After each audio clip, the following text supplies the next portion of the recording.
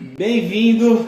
Você está no Errando na Prática, esse aqui é o meu canal e hoje eu quero perguntar para você, você já teve uma ação que você comprou e por algum motivo despencou 30%, 40%? Talvez você é alguém que comprou, por exemplo, Saraiva, que caiu demais, Cielo, Magazine Luiza, alguma dessas ações que você comprou no topo e agora caiu adoidado e você não entendeu nem o porquê que caiu, mas você perdeu dinheiro? É sobre isso que eu quero falar, sobre análise de ação. Qual é a maneira certa de analisar uma empresa antes de você investir? Para isso eu quero apresentar 5 indicadores que eu uso, 5 indicadores que a maioria das pessoas usam para analisar uma ação da melhor forma possível.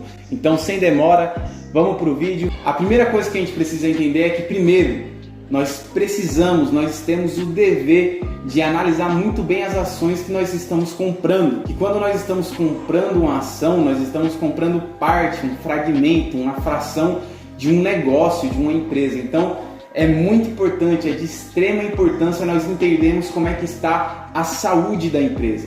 Essa empresa está com dívida? Essa empresa está sendo negociada em um valor acima do que ela vale? Porque apesar de uma empresa não ter uma dívida, às vezes ela pode estar em um preço superfaturado, ou seja, um preço maior do que ela vale. E por mais que seja uma boa empresa em um preço muito alto é uma má empresa. Assim como uma má empresa, mas num preço muito barato, infelizmente acaba se tornando uma boa oportunidade, apesar da empresa não ser muito boa. Então, é necessário estudarmos os indicadores da empresa. E a primeira coisa que eu quero falar aqui é os principais filtros que eu uso para analisar uma ação. Então, eu quero falar de 5 filtros que eu utilizo há 5 anos e que pode te ajudar demais. E já lembrando que aqui nesse vídeo não tem nenhuma recomendação de investimento. O primeiro filtro que eu uso para analisar uma ação é primeiro o setor que ela faz parte. Porque não adianta nós termos uma empresa que é promissora, mas que está em um setor que não é promissor. Por mais que uma empresa apresente resultados crescentes, está lucrando mais, está vendendo mais, está arrecadando mais dinheiro, isso nada importa se o setor que ela está é um setor que está caindo, que está quebrando aos poucos. Por isso é necessário nós analisarmos primeiro o setor que a empresa faz parte. Por exemplo, eu conheço muita gente que comprou Saraiva lá atrás, há 5 anos atrás, quando estava R$100 a ação, porque era uma empresa que apresentava bons resultados, só que o setor que ela estava, que é o de livraria, de livros físicos, foi atacado diretamente pelos Kindles, pelos livros digitais em PDF. Então, por mais que a empresa seja boa na época, o setor que ela estava não era um setor que visava um grande futuro e por isso que a empresa caiu demais. Então, o primeiro filtro que a gente tem que usar quando nós falamos do setor. Primeiro, esse setor é um setor promissor, tem visão para o futuro, é possível que ele cresça. Por exemplo, nós temos lá a Tesla do Elon Musk, que visava a utilização de carros totalmente elétricos, gerando sustentabilidade. Por mais que não seja um setor que estava há muitos anos no mercado, por mais que não seja um setor que se provou no tempo, é um setor que nós vemos que o mundo está caminhando para o crescimento dele. Porque quando nós olhamos para o mundo caminha sempre em direção a uma linha mais sustentável. Então é lógico que uma empresa que utiliza disso para a criação dos carros, que é um dos meios mais poluentes do mundo, é lógico que nós enxergamos um futuro para o setor. E outra forma de analisar o setor é se ele é um setor perene, um setor de extrema necessidade da população, um setor de que sem ele é impossível que uma sociedade se mantenha. E nós temos alguns setores perenes na nossa sociedade e na nossa bolsa de valores. Por exemplo, energia.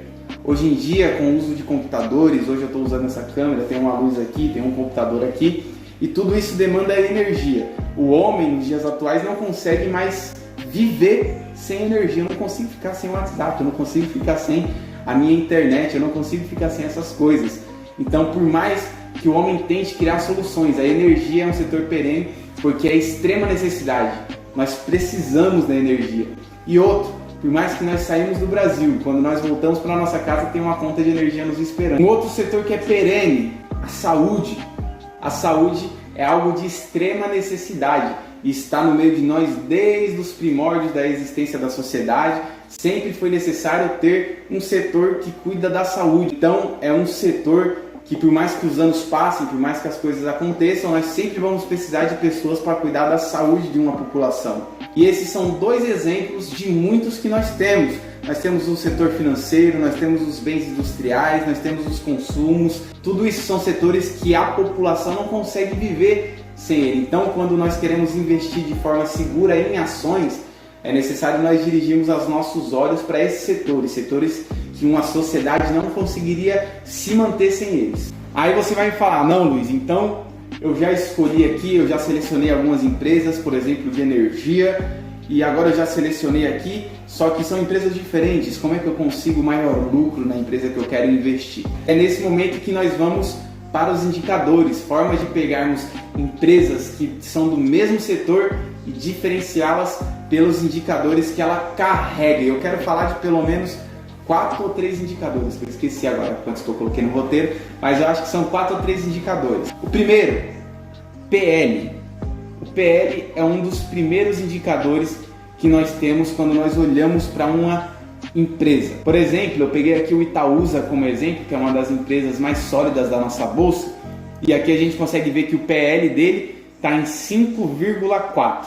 E o que isso quer dizer? O PL é basicamente o preço da ação dividido pelo lucro que ela faz em um ano de atuação. Por exemplo, você tem uma empresa que está valendo R$100, a sua empresa vale R$100, só que essa mesma empresa que vale 100 lucra, por exemplo, R$50. Então é necessário pelo menos 2 anos dessa empresa lucrando da mesma maneira para que em 2 anos ela faça o valor do seu preço. Em 2 anos você teria o retorno de todo o investimento que você fez. Significa que ela teria um PL de 2, porque em 2 anos ela faria o lucro suficiente para pagar o investimento que você fez. Isso quer dizer que o lucro do Itaúsa, se repetir, porque isso é em base do que passou, em 5 anos lucrando como ele lucrou, esses 5,4 anos, ele retornaria todo o seu investimento, todo o preço que você está pagando pelo Itaúsa. O segundo indicador que eu utilizo e que é muito utilizado por muitas pessoas que investem na bolsa é o PVP. O PVP é basicamente o preço da ação dividida pelo seu valor patrimonial. Por exemplo, você tem lá uma empresa que está sendo vendida por R$100, mas só de patrimônio que você investiu nela, você investiu R$100 de patrimônio. Patrimônio esse para comprar uma mesa, para comprar uma câmera, para comprar um computador. Avaliou-se que todo o patrimônio da sua empresa equivale a R$100. Então eu estou comprando essa ação pelo preço do patrimônio que ela tem. Quando nós olhamos para o Itaúsa, por exemplo, nós vamos ver que o PVP dele está em 1,10. O preço da sua ação está sendo negociada a 1,10 vezes o seu patrimônio. Isso é importante porque nós sabemos que quando esse indicador está abaixo de 1, quer dizer que nós estamos comprando uma empresa com desconto.